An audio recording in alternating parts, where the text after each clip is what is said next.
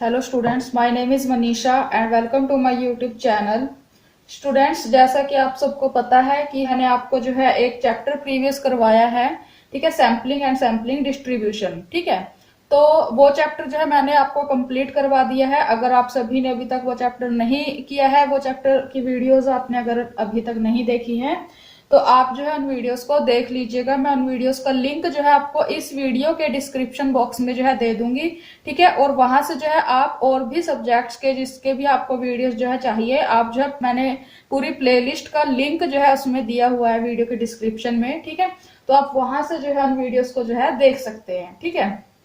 तो अब सैम्पलिंग और सैम्पलिंग डिस्ट्रीब्यूशन चैप्टर करने के बाद हमारे पास जो नेक्स्ट इसमें चैप्टर होगा वो है टेस्ट ऑफ हाइपोथेसिस, ठीक है।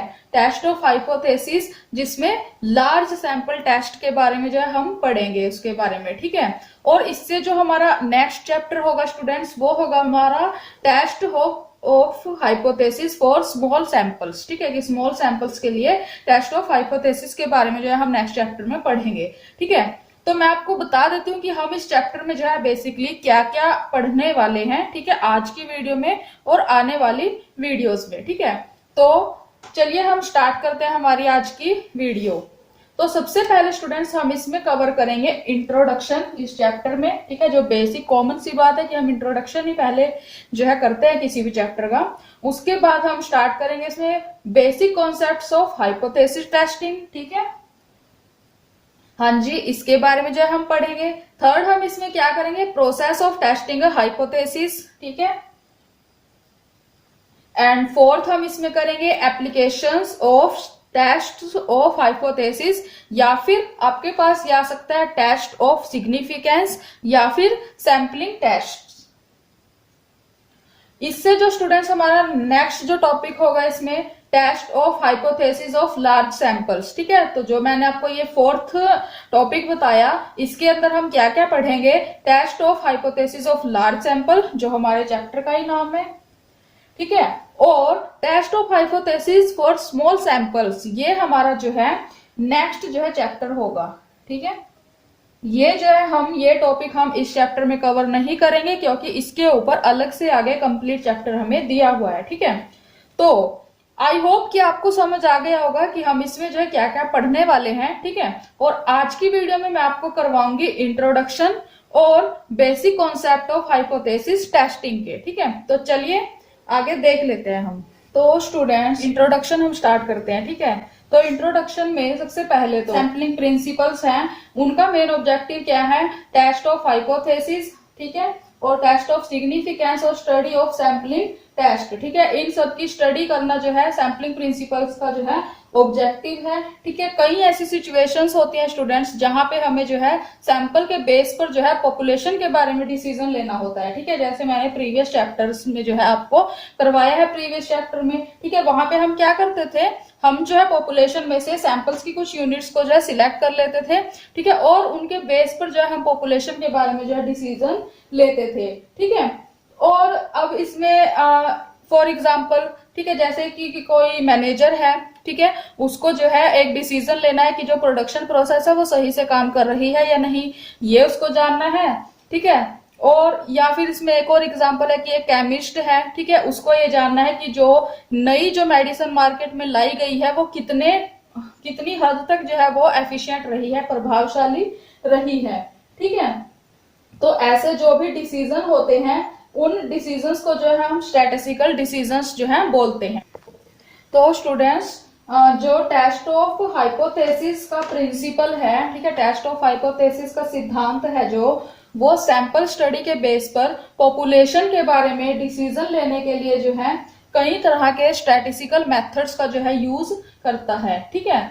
तो अब जो है हमारे पास हम सेकंड जो इसमें टॉपिक कवर करेंगे basic concepts of hypothesis testing, ठीक है। अब मैंने आपको इतना बोल दिया कि हाइपोथेसिस हाइपोथेसिस, लेकिन हाइपोथेसिस होती क्या है, सबसे पहला जो इसमें बेसिक कॉन्सेप्ट है वो यही है हाइपोथेसिस के बारे में। हाँ जी, तो जो हाइपोथेसिस है, या फिर आपके पास ये ऐसे भी आ सकता है कि स्टैटिस्टिकल हाइपोथेसिस, ठीक है। तो हाइपोथेसिस क्या होती है, सबसे पहले हाइपोथेसिस का मतलब है यहाँ पे परिकल्पना। तो हाइपोथेसिस क्या होती है, ठीक है।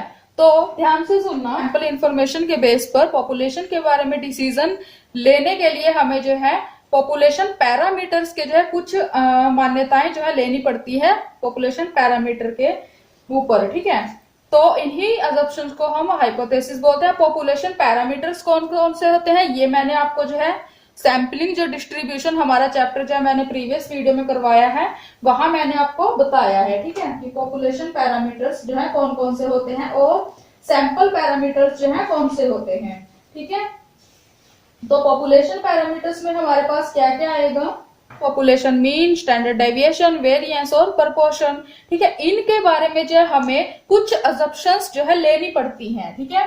इनके बारे में हमें जो है कुछ अजम्पशंस जो है लेनी पड़ती हैं। उन्हीं अजम्पशंस को जो है हम क्या बोलते हैं, उन्हीं अजम्पशंस को हम बोलते हैं हाइपोथेसिस, ठीक है। बस दो टाइप की हाइपोथेसिस होती है, नल हाइपोथेसिस और अल्टरनेटिव हाइपोथेसिस, ठीक है, परिकल्पना। नल हाइपोथेसिस और अल्टरनेटिव हाइपोथेसिस को हम इनसे जो है डिनोट करेंगे। उसके बाद अब नल हाइपोथेसिस क्या होती है हमें ये पता होना चाहिए। नल हाइपोथेसिस में क्या माना जाता है कि जो प्रीवियस सिचुएशन है और जो एज्यूम्ड सिचुएशन है उन दोनों में जो है कोई भी डिफरेंस नहीं होता, ठीक है। अब मैं आपको एग्जांपल के थ्रू बताती हूँ कि इसमें कहने का मतलब क्या है नल हाइपोथेसिस में, ठीक है। तो जैसे कि मैंने आपको एग्जांपल दिया था पहले एक केमिस्ट का, ठीक है, तो उसी केमिस्ट के एग्जांपल के बेस पर जो है मैं आपको नल हाइपोथेसिस समझाऊंगी, ठीक है। तो अब मान लीजिए कि एक कंपनी है, ठीक है ना, फॉर एग्जाम्पल ये जो है हमारी मेडिकल कंपनी है, एक जो दवाइयां बनाती है कंपनी है। कंपनी ने जो है मार्केट में एक दवाई लॉन्च की, वो जो दवाई है वो दवाई चली 20% तक, ठीक है। 20% जो है मार्केट में वो एफिशिएंट रही, इफेक्टिव रही, ठीक है। तो कंपनी ने जो है नई दवाई लॉन्च की, तो कंपनी ने क्या माना, कंपनी ये मानकर चल रही है कि जो उसने नई दवाई लॉन्च किया मार्केट में वो भी जो है 20% चलेगी, ठीक है ना। तो अगर कंपनी जो है ऐसी अजम्पशन लेकर चल रही है तो यही है हमारे पास नल हाइपोथेसिस, ठीक है। मतलब कि जो प्रीवियस सिचुएशन है और जो आने वाली सिचुएशन है, ठीक है, उन दोनों में कोई डिफरेंस नहीं होता नल हाइपोथेसिस में, ठीक है। आई होप कि आपको जो है नल हाइपोथेसिस जो है अच्छे से समझ आ गई होगी। अब मैं आपको बताती हूँ अल्टरनेटिव हाइपोथेसिस के बारे में। तो हाँ जी स्टूडेंट्स, जैसे कि नल हाइपोथेसिस में है कि कंपनी जो है ये मानकर चल रही है कि जो पुरानी दवाई है और जो नई दवाई है, नई मेडिसिन है, वो दोनों जो है इक्वल रहेंगी मार्केट में। जैसे पहली दवाई चली है 20%, वैसे ये भी दवाई चलेगी 20%, ठीक है। लेकिन अल्टरनेटिव हाइपोथेसिस के अकॉर्डिंग कंपनी क्या ऑप्शन लेती है कि जो न्यू मेडिसिन उसने लॉन्च की है वो पहले वाली मेडिसिन से जो है ज्यादा बेटर है, ठीक है ना। तो यही है स्टूडेंट्स नल हाइपोथेसिस और अल्टर हाइपोथेसिस के बारे में, ठीक है। अब इसमें इंपॉर्टेंट पॉइंट क्या है, इंपॉर्टेंट पॉइंट ये है कि जो एक टाइम पर जो है दोनों में से कोई एक हाइपोथेसिस ही सही होगी, ठीक है। इसमें इंपॉर्टेंट पॉइंट क्या है कि एक टाइम पे या तो नल हाइपोथेसिस सही होगी या फिर अल्टरनेटिव हाइपोथेसिस सही होगी, लेकिन ये दोनों जो है एक टाइम पर सही नहीं हो सकती। तो ये था स्टूडेंट्स हाइपोथेसिस के बारे में, ठीक है। तो स्टूडेंट्स सेकंड जो इसमें बेसिक कॉन्सेप्ट में हम पढ़ेंगे, सेकंड क्या है, एरर्स इन हाइपोथेसिस, ठीक है। तो अब इसमें क्या है कि जब हम हाइपोथेसिस टेस्टिंग करते हैं तो उस दौरान जो है हमारे पास जो है बहुत सारे एरर्स जो है आते हैं, ठीक है। तो वो एरर्स हमारे पास कौन कौन से होते हैं, वो होते हैं टाइप 1 के एरर्स होते हैं, ठीक है, और सेकंड क्या है टाइप 2 के एरर्स होते हैं, ठीक है। तो ये दो एरर्स होते हैं। तो अब टाइप 1 के एरर्स जो है कौन से होते हैं, ठीक है। इसमें जो भी एरर्स होंगे, ठीक है, वो कब होते हैं, वो ऐसी सिचुएशन में होते हैं जब नल हाइपोथेसिस के सही होने के बावजूद जो है हम नल हाइपोथेसिस को रिजेक्ट अगर कर देते हैं तो वो एरर्स जो है हमारे पास होते हैं टाइप 1 के एरर्स, ठीक है। इसी के उल्टा क्या है टाइप 2 के एरर्स। टाइप 2 के एरर्स में कौन कौन से एरर्स होते हैं, इसमें ये एरर्स जो है हमारे पास तब होते हैं जब नल हाइपोथेसिस जो है गलत होने के बावजूद जो है हम नल हाइपोथेसिस को एक्सेप्ट कर लेते हैं, ठीक है ना। थर्ड इसमें क्या है बेसिक कॉन्सेप्ट में लेवल ऑफ सिग्निफिकेंस, ठीक है ना। थर्ड क्या है इसमें लेवल ऑफ सिग्निफिकेंस। तो अब इसमें हम क्या पढ़ेंगे, तो जब हम हाइपोथेसिस को टेस्ट करते हैं, ठीक है, तो उस टाइम पे जो है हमें हमारे पास एक लेवल होना चाहिए, ठीक है, सिग्निफिकेंस का लेवल होना चाहिए, जिसके जरिए जो है हम हाइपोथेसिस को जो है एक्सेप्ट कर सकते हैं या फिर रिजेक्ट कर सकते हैं, ठीक है। तो अब लेवल ऑफ सिग्निफिकेंस क्या है? लेवल ऑफ सिग्निफिकेंस जो है विश्वास का, सिग्निफिकेंस का एक लेवल होता है जिसके बेस पर जो है हम हाइपोथेसिस को एक्सेप्ट और रिजेक्ट करते हैं, ठीक है। तो अगर हमें कोई भी अजप्शन हमने ली है तो उस अजप्शन को हमने एक्सेप्ट करना है या फिर रिजेक्ट करना है, हम उसके बारे में जो 100% श्योर नहीं होते, तो इसीलिए हमें जो है एक लेवल मेंटेन करना होता है, ठीक है, कि जिससे हम जो है हमें जो है आसानी हो हाइपोथेसिस को, अपनी अजप्शन को या तो एक्सेप्ट करने में या फिर रिजेक्ट करने में, ठीक है। तो यहाँ पे जो लेवल ऑफ सिग्निफिकेंस का लेवल रखा गया है 5%, 1% और 5%, ठीक है। और यहाँ पे लेवल ऑफ कॉन्फिडेंस आपको कितना मिलेगा? आपका जो लेवल ऑफ कॉन्फिडेंस यहाँ पे रहेगा 95% रहेगा और 99% रहेगा, ठीक है। तो अब इसमें ये 1% और 5%, 95% और 99%, इनका मतलब क्या है? ठीक है, इनका मतलब है कि अगर आपका लेवल ऑफ सिग्निफिकेंस जो है 1% है, ठीक है ना, लेवल ऑफ सिग्निफिकेंस जो है 1% है, तो इसके अकॉर्डिंग जो आप अजप्शन लेते हो, जो डिसीजन लेते हो, उसके सही होने की जो संभावना है, ठीक है, सही होने की, उस डिसीजन के, उस हाइपोथेसिस के सही होने की संभावना जो है वो कितनी होगी आपके पास? वो होगी 99% होगी, ठीक है ना। कितनी होगी वो? 99% उसकी जो है प्रोबेबिलिटी होगी, 99% जो है संभावना होगी कि वो डिसीजन आपका सही हो, और 1% जो है, सिर्फ उसमें 1% ही ऐसी संभावना होगी कि उसमें कोई गलती हो, ठीक है ना।